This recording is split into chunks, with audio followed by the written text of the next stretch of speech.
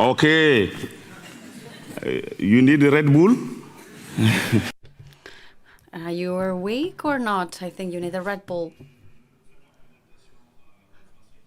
I will give my presentation in French. I am Isaa Garba, like the moderator said. I am a coordinator of the Nigerian Youth Network on Climate Change, and I'm going to present what we've been doing in the JESAC project of the young people in the Sahel for climate. Nigeria is located in sub-Saharan Africa, and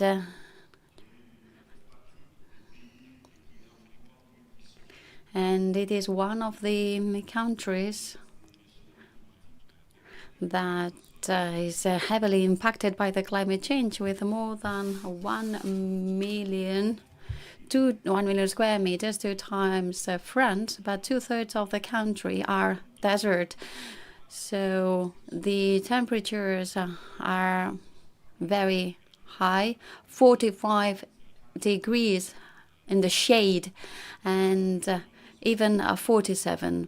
So we are experiencing this reality of climate change, and we also have a variation of the rain, only 3 months of rain.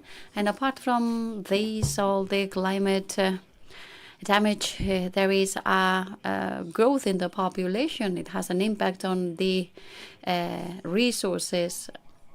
We have 7 children per woman, and the birth rate is really high. It is also the country with the lowest illiteracy rates, the lowest literacy rate, and 5% of the girls go to school in Niger, and the trend is to go to school, to religious schools, or not to go to school because of religious grounds. And girls are married when they are 15 years old. We have also this cultural problem, this lack of lack of education, and we need women to be included in education because they are a fundamental pillar in our population. So we have a very young population. 65% of the population is less than 30 years old. So it is a very young population, as I said. And the population is growing because girls are married when they are 15 years old, and every woman has 7 children. So even younger, the population. So on the other hand, we have the impact of climate change and the human factor. And 2/3 of the country are desert, so all the population is located in the same region, and this generates a degradation of the biodiversity and the ecosystems, with an important loss of biodiversity, and degraded soils where agriculture is impossible, and also the rain is very random with very important droughts, and also this desert that is moving further away from its limits. So the situation is getting even worse. Here you can see some actions to recover these degraded soils through different mechanisms to restore the soil, to store the desertification, and to fight against the climate change. There is another initiative that was promoted by different countries, 17 countries, with the support of the African Union. It is the Big Green Wall, and this is a lot of innovation. This project that wants to plant trees to stop the desert, and also to allow the communities, the local communities, to face the climate change, and so that they are autonomous and they can make a living. And this is why JESAC focuses in two categories of people, two groups of people: young people and women. And also the project that we are going to present has one main goal: to give autonomy to young people and women. And we are talking about young people representing the community, as you can see in this slide. And some of them have never been to school because they are too far away and didn't have the opportunity to receive an education. And also, it is easy to recruit these young people by terrorist groups. In Mali and Burkina Faso, we are talking about illiterate people, and they offer them money.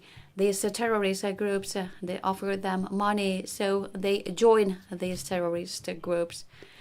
So this project fights against radicalization. And we have different allies.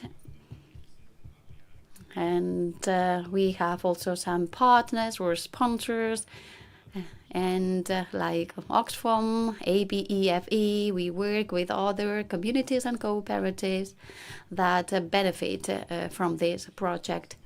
So this project, as I said, funded by the African Union and by the European Union through the hub cooperation, the cooperation hub, and also supported by Intermon Oxfam. So this is the main goal of the project that we are developing: to promote the agricultural and the forestry sector with the exploitation of the plots of land by young people. We also want to reinforce the leadership in young people in order to have an impact on local governments and at local level, the protection of the environment and the promotion of biodiversity in local policies. Because at national level, these policies are being applied, but at local level, we still need to have knowledge and about the environment and the climate change. So there is a catastrophe, a disaster. People think that it is Allah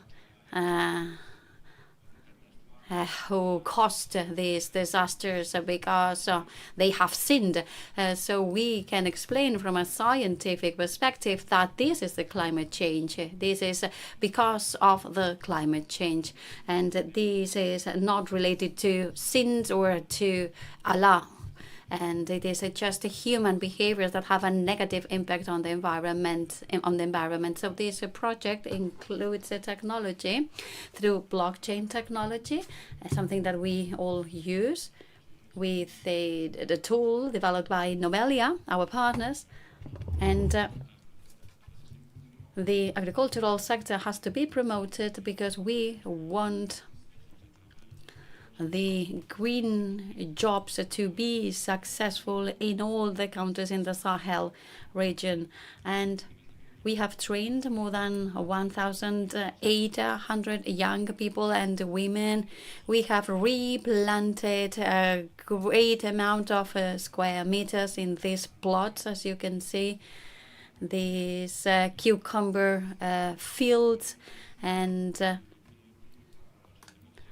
here you can see our system developed by blockchain, this payment of this mechanism, and then the satellite goes over all the plots, and it is geo-localized.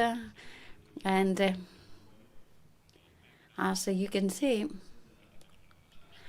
this is one of the plots in a community called Abochi, and each plot has all the trees identified, and depending on the tree, depending on the plot, so we can know the exact amount of CO2 that it's sequestered by this tree. And this information is given to the people, and then they can obtain the money back. And So here you can see the amount of CO2 sequestered by each one of the plots. Also, we have a very transparent system, and the capability to do a follow-up of the payments, the sequestration of CO2, and then the use of new technologies. And the first innovation technology-wise in this project. And we are talking to the government now to boost these safe payments with a social impact. And why the payment is done straight away to the telephone, to the smartphone, because we have the problem of patriarchy, because wealth is managed by men, and if man knows that the woman has money, then he is going to ask the woman for the money. But if the money is received straight away by her, then she will be able to withdraw the money without telling anybody. So this woman is going to be autonomous. And when the man knows it, then the man is going to ask for the money. And then we have the permanent mobilization of young people in order to have an impact on these policies. And these young people normally are illiterate, so we have to communicate them and educate them. And this is raising awareness about the climate change, and also the mobilizations that we do with the training of more than 2,000 activists. And as you can see here, different actions like communication campaigns, raising awareness, and contests about environment between young people. These are different mechanisms that allow us to mobilize young people. Poetry contest, theater contest, and we also use sports to appeal young people. And we also have this walk for the climate with different authorities. And before going to Sharm el-Sheikh in Egypt, and this is the delegation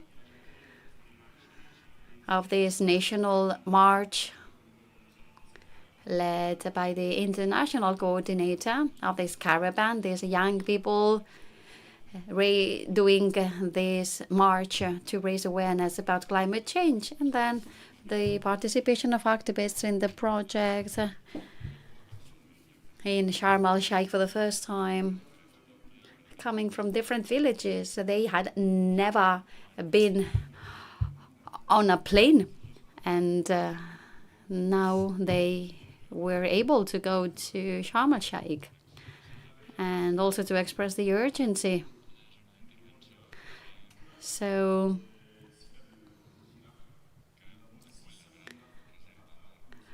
the giraffe reserve, with 600 giraffes in our reserve, and our wild reserve, is in the protection of biodiversity framework. We are generating these prerequisites in so that these giraffes can have access to these water holes.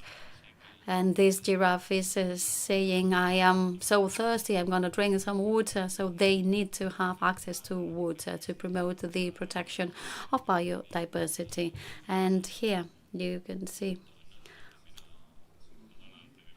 the Prime Minister wife.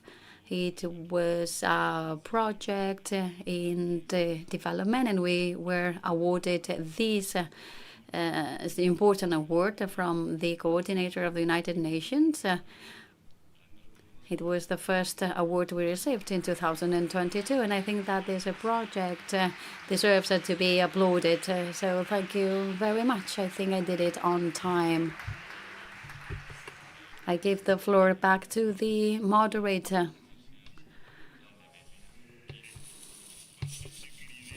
And I also wanted to thank her, and I want to offer her these artistic